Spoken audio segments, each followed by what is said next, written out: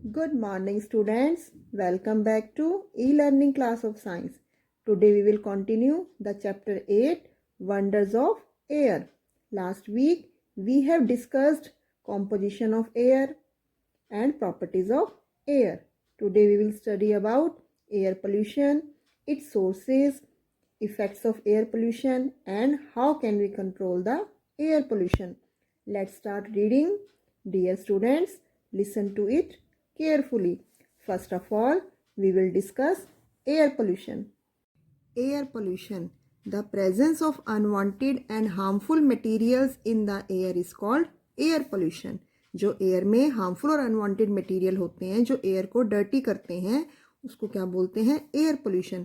The unwanted substances are called pollutants. और जो things air को खराब करती हैं, गंदा करती हैं, उनको बोलते हैं pollutants. Like smoke and dust. They are the main pollutants of air.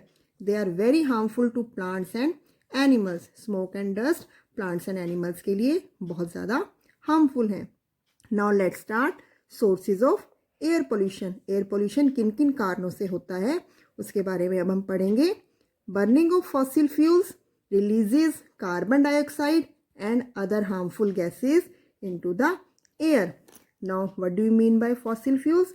Fossil fuels are the dead remains of plants and animals that got buried under the earth millions of years ago and they change into fossil fuels.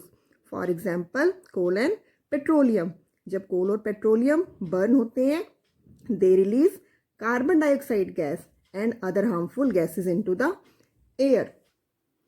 Industries release smoke containing many harmful gases. Industries और factories भी smoke produce करती हैं जिसमें बहुत ही harmful gases होती हैं जो air pollution का कारण बनती हैं. Rotting garbage and open drains release gases having foul smell. सड़ा हुआ गार्बेज और खुली नालियाँ भी बैड स्मेल प्रोड्यूस करती हैं और वो इन्वायरमेंट को पोल्यूट करती हैं. Automobiles release harmful substances like oxides of nitrogen and sulfur. Automobiles means vehicles. Vehicles भी harmful gases produce करते हैं like oxide of nitrogen and sulfur. Aeroplanes and spacecraft release lots of smoke in the air. Aeroplanes और spacecraft जब air में fly करते हैं, they also release lots of smoke in the air, which is very very harmful for air. Let's start next topic, effects of air pollution. Air pollution के क्या बुरे प्रभाव पड़ते हैं, अब हम उनके बारे में पढ़ेंगे. Air pollution causes allergies, irritation of eyes, nose, throat and diseases like asthma, bronchitis and respiratory disorders. Air pollution के कारण काफ़ी तरह की एलर्जीज हो सकती हैं.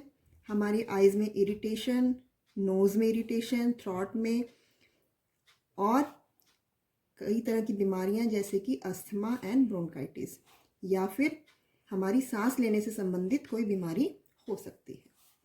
The harmful gases released by air conditioners and refrigerators have reduced the thickness of the ozone layer of the atmosphere. Ozone layer means ozone layer is a protective layer in the atmosphere which act as an umbrella over us and it protect us from harmful ultraviolet rays of the sun. So जो air conditioner और refrigerator होता है उनमें से ये harmful gases निकलती हैं जो इस ओजोन लेयर की थिकनेस को रिड्यूस कर देती हैं, कम कर देती हैं, जिससे कि हमारी अर्थ पे अल्ट्रावायलेट रेज डायरेक्ट आनी शुरू हो जाती हैं. Polluted air kills plants and trees by damaging their leaves. Polluted air के कारण प्लांट्स और ट्रीज भी मर जाते हैं या उन पे नुकसान होता है, इनके कारण उनके लीव्स जो डैमेज हो जाते हैं. Burning of fossil fuels has increase the amount of carbon dioxide in the air. Fossil fuels means I have already told you coal and petroleum. जब वो बर्न होते हैं तो वो कौन सी गैस प्रोड्यूस करते हैं? कार्बन डाइऑक्साइड गैस, जिसके कारण हमारी अर्थ का टेम्परेचर, हमारे एटमॉस्फेयर का टेम्परेचर इंक्रीज होता जा रहा है और उसे क्या बोलते हैं? Global warming. और ग्लोबल वार्मिंग होने के कारण, हमारी अर्थ का टेम्परेचर बढ़ने के कारण हमारी पोल्स की आइस मेल्ट होती जा रही है, जिसके कारण हमारे सी में वाटर का लेवल बढ़ता जा रहा है और जो कोस्टल एरियाज हैं वहाँ पे फ्लड का खतरा बना हुआ है और ये हमारी अर्थ पे लाइफ के लिए भी खतरा है। और next topic is controlling air pollution. How can we control air pollution? Trees remove carbon dioxide from the air and release oxygen into it. During photosynthesis, green plants make their food with the help of sunlight, water, and they take carbon dioxide gas from the air. And which gas they produce? They produce oxygen. Thus, planting more and more trees can help control air pollution. इसलिए खूब सारे पेड़ लगाने से हमारी जो air है वो प्योरीफाई होती है और क्लीन होती है। Automobiles should be checked regularly so that they do not release harmful gases. Vehicles हमें time to time regular check करवाते रहना चाहिए। कहीं वो कोई हार्मफुल गैसेस तो नहीं प्रोड्यूस कर रहे हैं, वो एयर को तो नहीं पॉल्यूट कर रहे हैं, इसलिए हमें उनको टाइम टू टाइम चेक करवाते रहना चाहिए। We should use renewable forms of energy like solar energy by using solar cooker, solar cells, solar heater, etc. They do not cause air pollution.